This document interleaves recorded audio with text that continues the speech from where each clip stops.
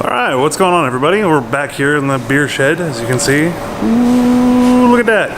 I'm going to be transferring some beer today and cleaning kegs. This is kind of the boring side of brewing that not a lot of people get to see. So it's a lot of janitorial work, but I haven't done a video in a couple days, and well, it's a little bit of a vlog update. So I've been losing weight. I've lost 18 pounds as of a couple days ago. By today it's probably 20, so that's kind of nice.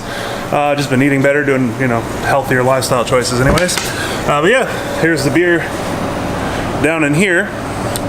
We're going to be taking that out of there. It's been cold crashing at 32 degrees, or not 32, what temperature? 36 degrees, my bad. 36 degrees for 2-3 days. Let everything cold crash out, so it should be nice and clear. So let me get this door open here and we'll get going. We'll start cleaning stuff.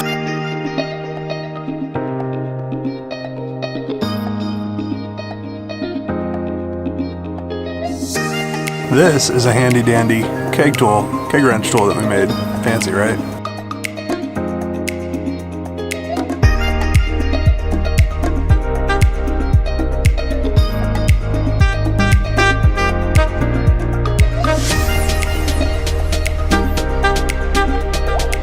The easiest way to remember which one's which, this one with the little slots is the in for your gas.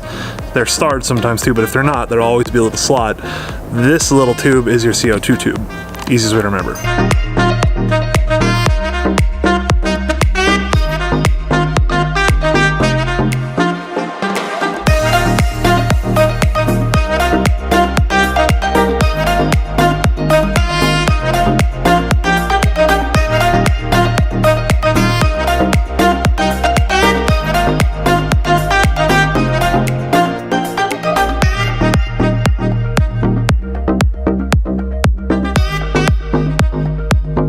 Alright, so what I'm doing now is I'm transferring the beer from the fermenter into the kegs. This is going to be 10 gallons is what we got total. Then I will put it to gas, make sure nothing leaks, and start the slow lagering process. Now the reason we're going to lager on gas is oxygen's the enemy to all beer, right, obviously.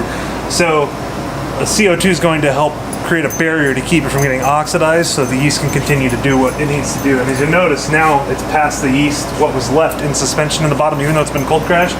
Now it's crystal clear, so that's perfect. Now you always want a little tiny bit of yeast when you transfer for lagering specifically. If you don't have any active yeast cells or any yeast in suspension even, you're gonna have a heck of a time getting your lagering going.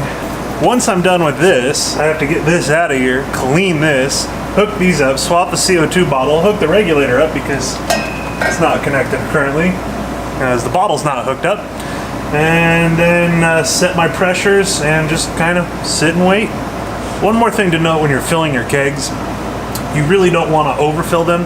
Now what I mean by overfill is on your in, which is actually on this side over here, remember that little tube we pulled out? That little tube sits right about here on the side of the keg. So there's like a little weld on all of them. It sits just right around that weld.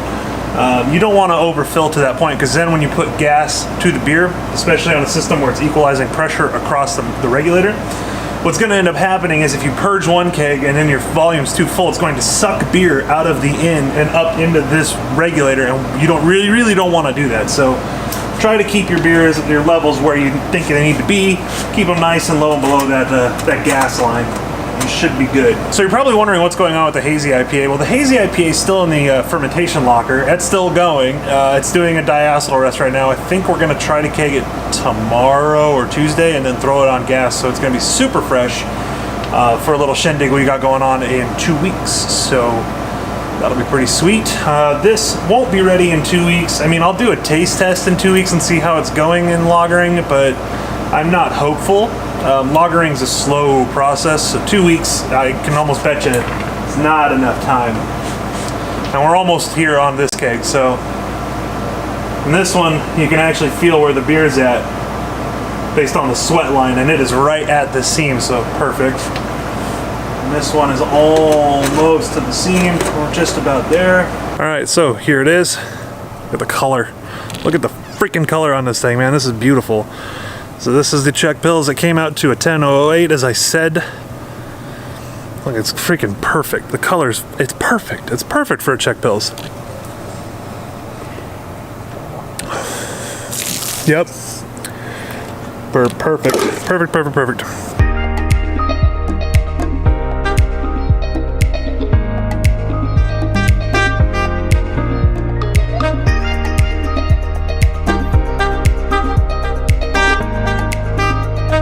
All right, that's gonna do it. Yeah, the beers are in here. Ooh, and there we go. Some beer. Beer. Nothing's leaking, so that's good. All right, so that's gonna do it. Yeah, that's the janitorial side of the house. That really is just 90% of what we do when we brew beer. Yeah, so we'll do a taste test here in a couple weeks, and I'll let you know exactly how the beer is finally done, and like what the final taste test is like. And yeah, I'll see you guys around. Thanks for watching this video. If you guys liked it, give it a thumbs up. If you didn't, give it a thumbs down. If you want more content like this, go ahead and hit that subscribe button. I appreciate everything you guys do. Have a great day, and I'll see you later.